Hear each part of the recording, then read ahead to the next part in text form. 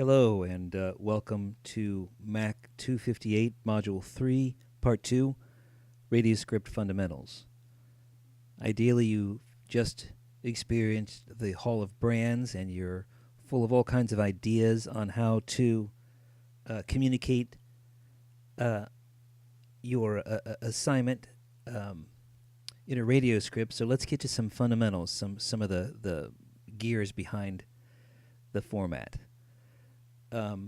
Generally speaking, you've got 4 elements that you can use for a radio spot. Now, you've got sound effects, we call SFX when you're writing about them. Could be any sort of sound effects, could be something breaking in the background, it could be truly anything. You've got the words that you've created. You can add music because it's an audio-only experience. Often music makes a big difference.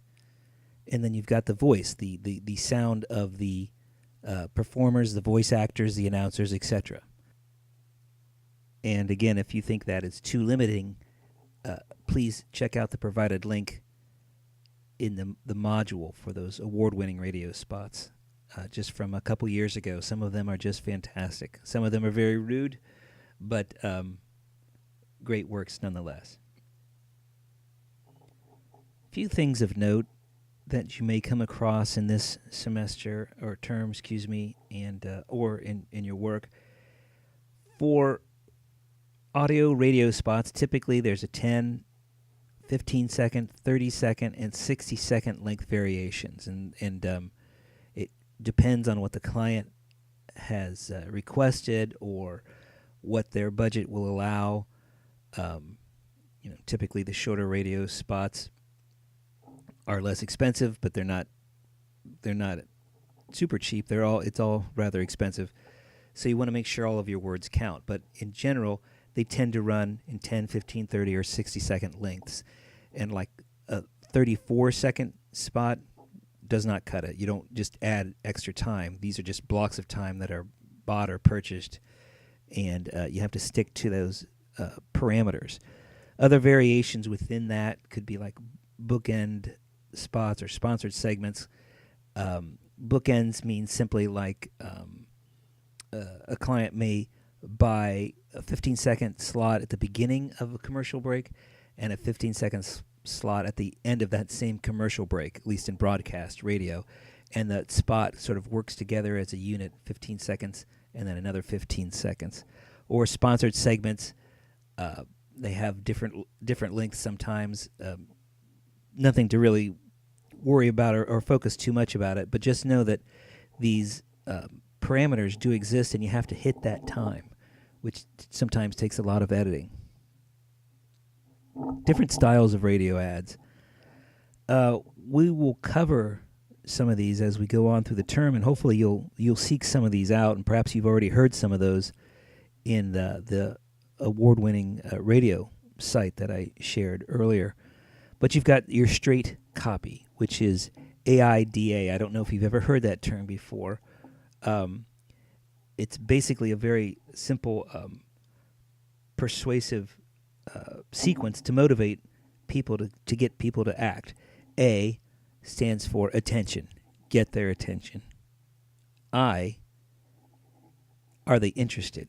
Pique their interest. D is help them make the decision that you're hoping that they will make. And then A, action. Move them to action. Call them to action. AIDA. And it's basically any short persuasive audio, television, speech, you name it, it tends to follow this very basic structure of get their attention, make sure they're interested in what you have to say, which conversely means make sure what you're writing is interesting to them. Decision, make it clear what they need to do, and then A, action, call them to do it. So that's just what you call straight copy. Moving on, hard sell copy, it's basically, you've all experienced this perhaps, that whether it's on broadcast radio or on a podcast or audio streaming site. It's basically somebody yelling and sort of insisting that you take advantage of this this deal, this offer, etc. Usually very aggressive, usually very retail value oriented, price oriented, but it exists nonetheless.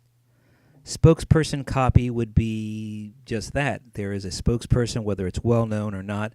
It is a voice. It is part of that brand element. If they're in the hall of brands, that voice would be part of that room. Closely related, excuse me, is endorsement and testimonial, which would essentially usually are consumers telling the listener just how much or how wonderful or how great or how much of a problem some brand or product was. Another style would be sound effect driven, and if you did check out the the Healthy Farts spot, you'll see just how memorable a sound effects driven radio spot could possibly be.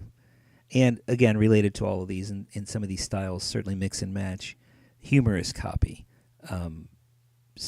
things that are just fun to listen to and basically are small moments of entertainment that also do the magic trick of selling something.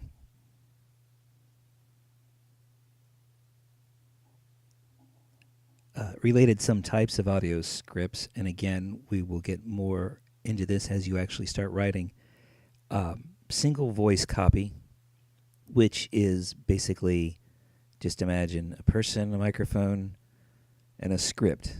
It's hopefully much more interesting and entertaining than my voice, but that's just a voice talking your script. And just a variation of that would be two voice copy, two distinct voices trading off or focusing on one thing or another within a spot. Excuse me, even a short 10 or 15 second spot can accommodate multiple voice copy. Another variation would be simply dialogue copy. Think of those as just mini conversations, little dramas, little funny episodes. You've got people talking and you basically engage in them. Again, so much of this writing comes down to connecting with human beings on a human level. And a dialogue is a great way to either have fun or to really connect with the listener.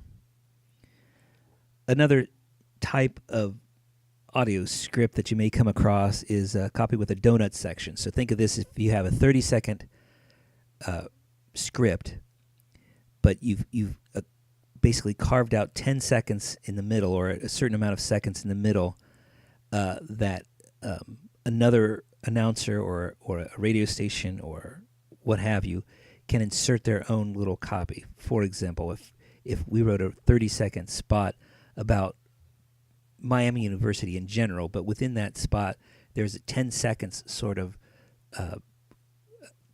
carved out to accommodate somebody to talk about a specific course, for example, MAC258, and then the spot goes back to the original 30 seconds.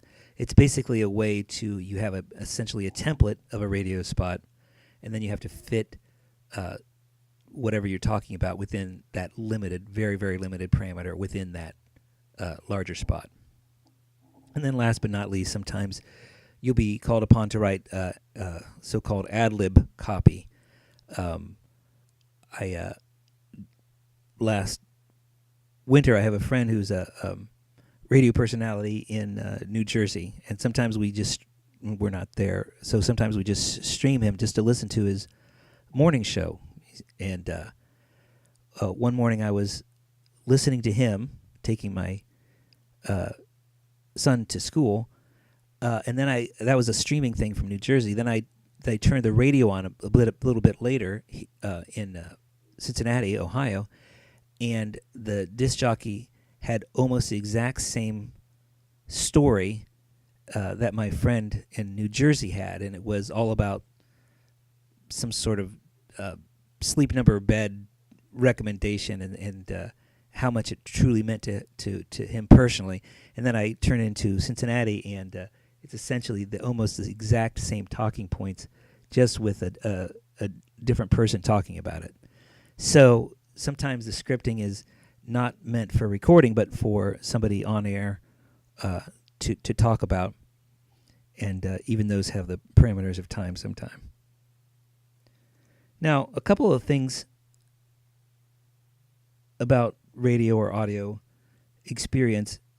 It's important to remember that why it's still around is it has a lot of strengths. One is that you can really, really target and focus on a specific audience, certainly with the radio broadcast, but now even more so with music streaming. You can really zero in on the person and the type of person you want to connect with. And if you've experienced that where you're listening to perhaps a audio streaming service and it's going along, you hear some commercials, and once in a while there's an odd commercial that seems totally out of character for it, that means they've sort of missed the boat. But usually the targeting ability of radio and audio is very strong. Another strength is it's mobile. People are usually can tune in or listen in or play a podcast when they are on the go. That means it's easier to be present when people are in the mood to listen. Another strength is that it's intrusive, meaning it gets in your ear, and especially if you're listening through headphones or earbuds, it tends to enter your consciousness rather boldly. And finally, it's flexible, it's turnkey. I'm going to put that in a different term. It is very budget friendly when budget is a big concern, because you can basically email a set of MP3s to a station and they are ready to put it on the air and play it. Now, relatedly, some of the weaknesses of an audio experience, it is sound only, which can be a challenge when you want to share something more visual. Let's say you have a tattoo removal service, but you need it, which is very visual sort of communication, but you only have radio to do it. So that can be a challenge when you have, especially when to use the visual impact. So you have to use the theater of the mind. Radio is also somewhat short-lived and ephemeral. It kind of comes and goes, even more so than video, which connects with more of your senses. Audio is simply the ears, and it tends to dissipate faster, so it is rather short-lived. And then finally, distracted listening. And while it is great and mobile and intrusive that it gets in there, it is easy to not pay attention to it as well, especially if you're driving or jogging or what have you, or checking your phone. It's easy to become distracted. So that is an opportunity for repetition and frequency to help have your radio, to provide your radio with a bit more resonance. Okay, a few more things. Just take this with a grain of salt. In general, you get a 60-second spot, roughly, and I truly mean roughly. It's around 135, 145 words. A 30-second spot, basically half that. And a 10-second spot, around 20 to 30 words, 2 to 4 lines. That being said, those are just very, very rough parameters. What you really have to do, and the true key, is to read it out loud several times and time it. And don't read it read it with a challenge of fitting it into a time parameter. Don't read it so fast that it's hard to listen to. Read it as you want it performed, and you'll get a real sense of the timing. A few more things you'll see in the template that's provided in the link. We can certainly evolve on this, but please let's try to get on the right foot. Radio scripts, when they're handed in person, they are single-sided, not on two sides of the paper. Think about it this way: when it's being produced, when performers are performing it, you don't want to hear the paper turn over in order to get to the end of the spot. Double-spaced, just make it easy to read. When you indicate sound effects or music, put them in all caps and in brackets. That helps the producers and the engineers and the voice talent to know that this is something not to be read out loud. This is direction. Same to go with talent instructions. If somebody is supposed to sound weepy or excited or what have you, whatever your talent instruction is, again, make it all caps and put it in brackets. As far as what you want to have spoken, put that in typical sentence case. That is a key indicator that these are things that the actor, the voice actor, performer, the announcer is going to say. Another thing, one spot per page. Don't bunch them up don't bunch several of them up into a single page. It's very hard to keep track of, and certainly not an industry standard. And finally, when you have the speakers' names, the characters, so to speak, put those in all caps, again on the left. And this maybe will make more sense when you look at the template. It's provided in a link, and it's a Word document. It's very simple, but have a look at it. Make sure you put your name, the length, the title, etc. All those template prompts are provided in there. So play around with this template and get comfortable with it, because I want to ask you to write a radio spot using this format. And again, this is a Word document. If you don't work in Word, that's certainly fine. Whatever you need to do to work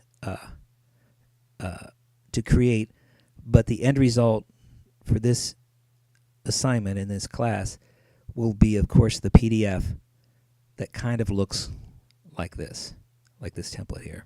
Okay? Well, great. That's it. Download the template. Let me know if you have any troubles, and I'm sending you a creative work plan as written by one of your colleagues, and that is your job today, is to write a 30-second radio script using the provided strategy document. So until then, I will talk to you soon. Thank you. Good luck.